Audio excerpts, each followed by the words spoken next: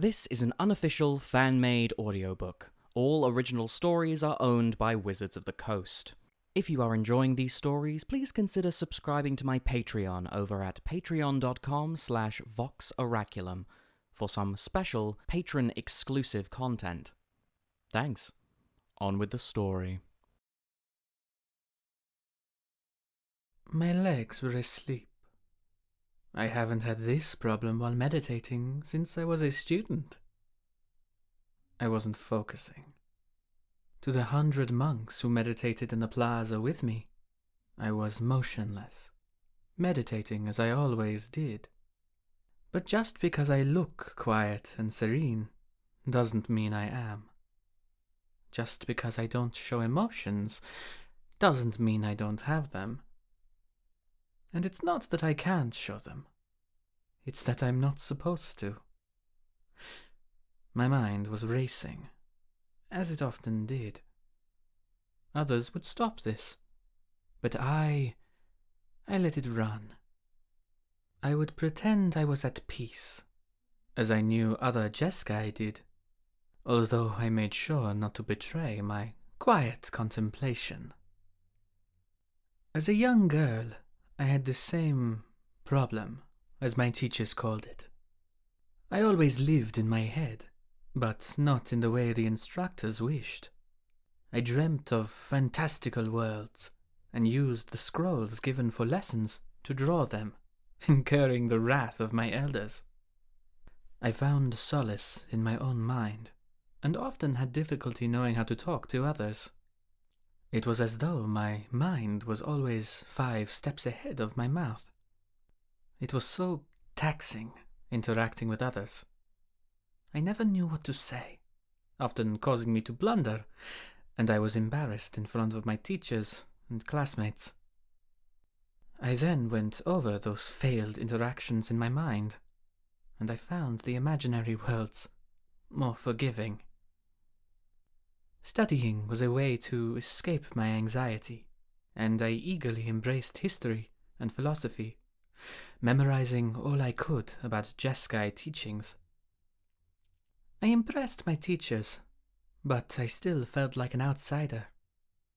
I did enjoy sparring with those who had taunted me, easily humiliating them in combat, as they had humiliated me with their words. When I was old enough, and passed all the physical and mental tests, I undertook the way of the wandering warrior. I was able to learn about the other clans through observation and unfortunate events where I was forced to fight and kill rival clan members for my own survival. I saw that Tarkir was a divided and brutal place, and took this perspective back to my people. Over the next few years, my counsel was sought out by many regarding these matters, until the elders saw to appoint me the Khan of the Jeskai. I had fought the clans in battle, and knew their tactics. Even though I am now their Khan, I still felt like an outsider. Like the young girl, always fumbling her words.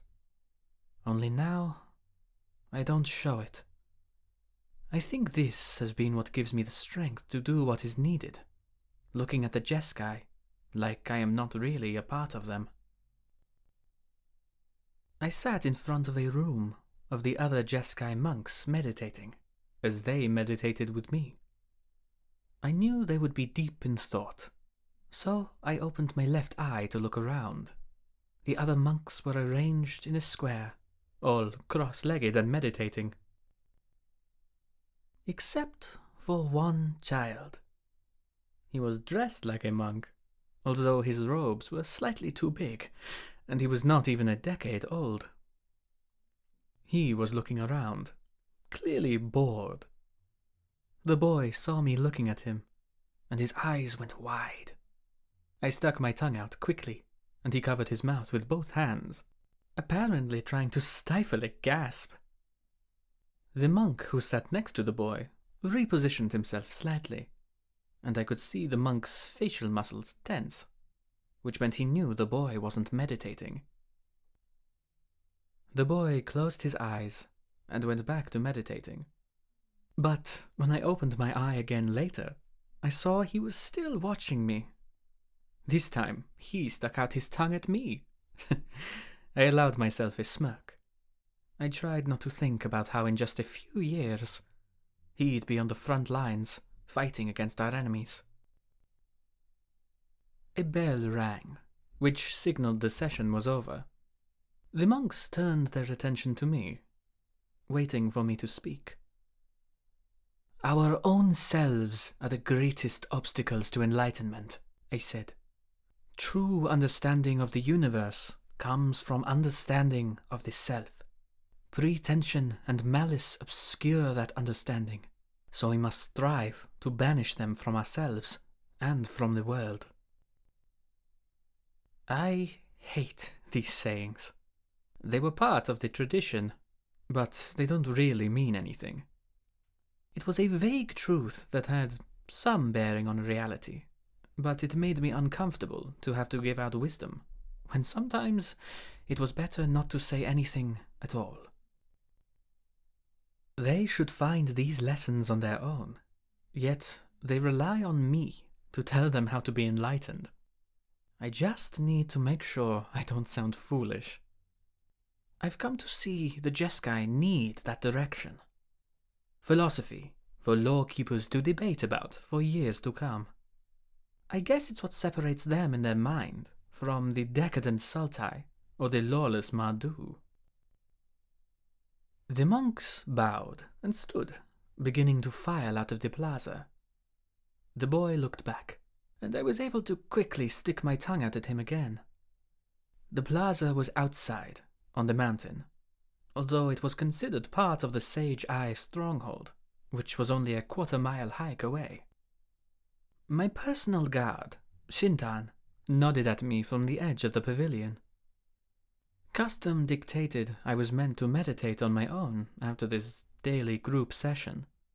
Although Shintan was meant to keep me safe, I knew his other job was to serve the elders and make sure I was observing ceremony. Shintan was assigned to protect me shortly after.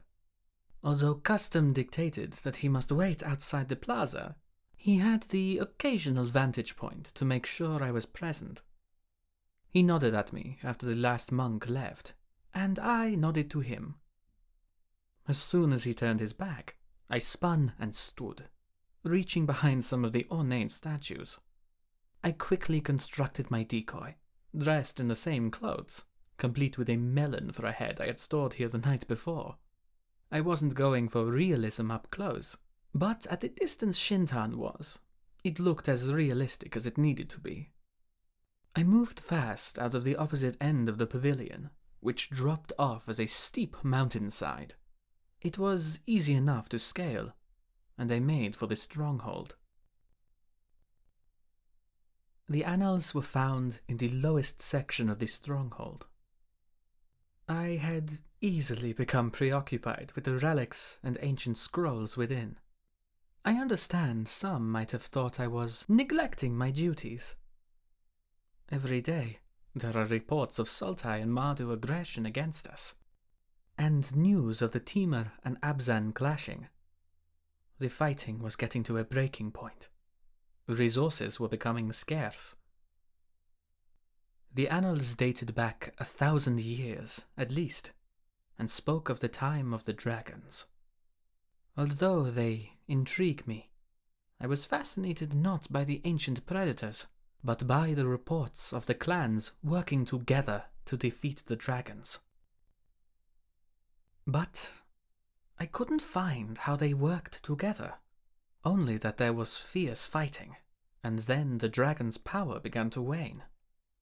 I learned that a dragon named Ugin was connected to Tarkir in ways the Khans could not comprehend, and that some had claimed Ugin was gone, but not dead. The runes of the spirit dragon were indecipherable, written in an ancient language that was neither dragon nor clan, bizarre patterns etched in stone. It was dark in the tunnels beneath Sage Eye, and I only had a candle, but I did as much as I could to learn about the dragons, Ugin and Bolas. I ran quickly along the sharp rocks, keeping off the path as I sprinted back toward the pavilion. I had to hide for a few moments as a mantis rider flew by.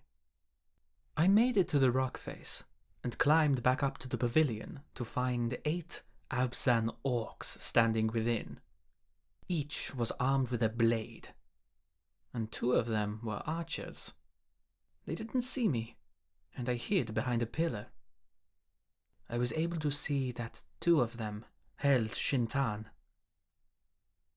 My decoy had been broken in pieces, bits of stick and hay everywhere, with an arrow in the melon that would have been my head. "You knew we were coming, monk?" the head orc yelled at Shintan. "Where is Narset?" The 2 orcs held Shintan, 1 on each arm. I could tell the orcs were contorting his bones painfully, bending them behind his back further than should be possible, but Shintan showed no reaction.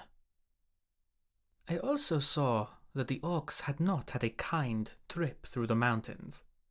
They were desert folk, and the rugged, cold journey had weakened them. But I was impressed by their resolve, as they had avoided aerial patrols of Aven and Mantis alike to get here, one of the most isolated areas within Jeskai territory. Based on their armaments, these orcs were not true Abzan, but disowned, those exiled from the Abzan. I had no weapons, but I had the element of surprise and years of training on these would-be assassins.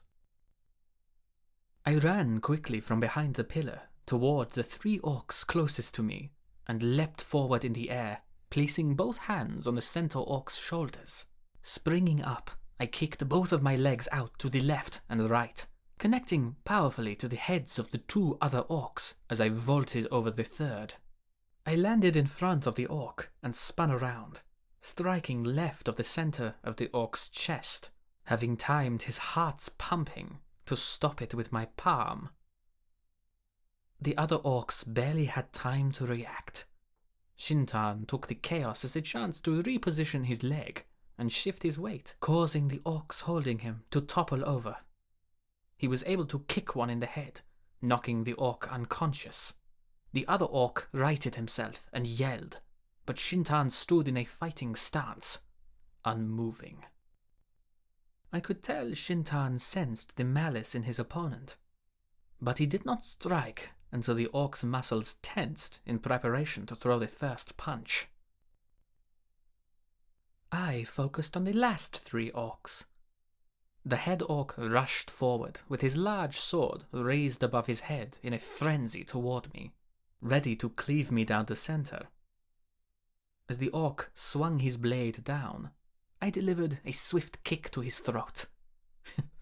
He dropped his sword in panic, and I clasped both of his wrists and shifted my weight to redirect his movement, spinning him around.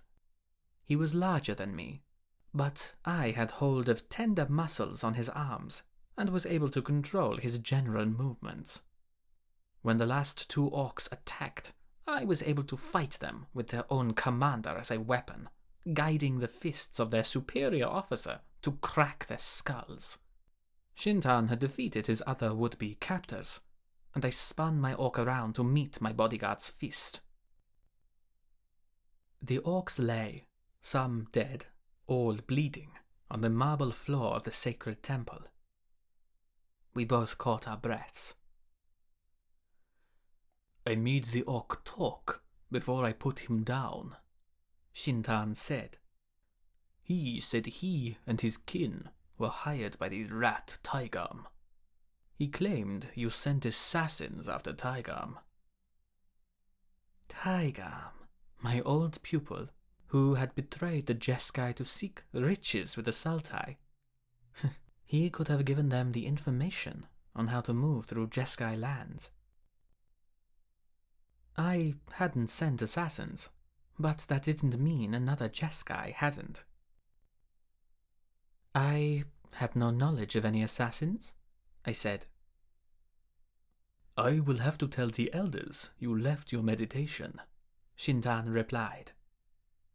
I motioned toward the fallen dummy.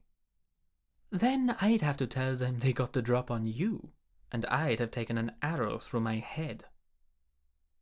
He glowered, then moved to secure the unconscious orcs. The orcs were imprisoned, and all told the same tale, that Taigam had hired them as retribution for an assassination attempt. The elders were eager to accept the orcs were lying, most likely to cover the treachery of one or all of them. Shintan said he feared there would be others, but I showed no fear. Taigam was not the only one who wanted me or the Jeskai dead. I saw that my own people plotted the deaths of others. Taigam and the elders were symptoms of a larger problem. Tarkir was sick with war. Maybe the ancient runes of the dragon Ugin would hold no answer. Maybe the world was doomed. I meditated atop a mountain peak, ignoring the snow and cold winds as the sun rose and its warmth touched my skin. I was far from Seijai, from my devoted followers, from the elders, from Shintan, and from responsibility. I melted away from myself, no longer looking for an answer, but waiting for it to find me. In my mind, I saw darkness and knew peace. I am not sleeping, but I dream. The worlds from my youth rush toward me.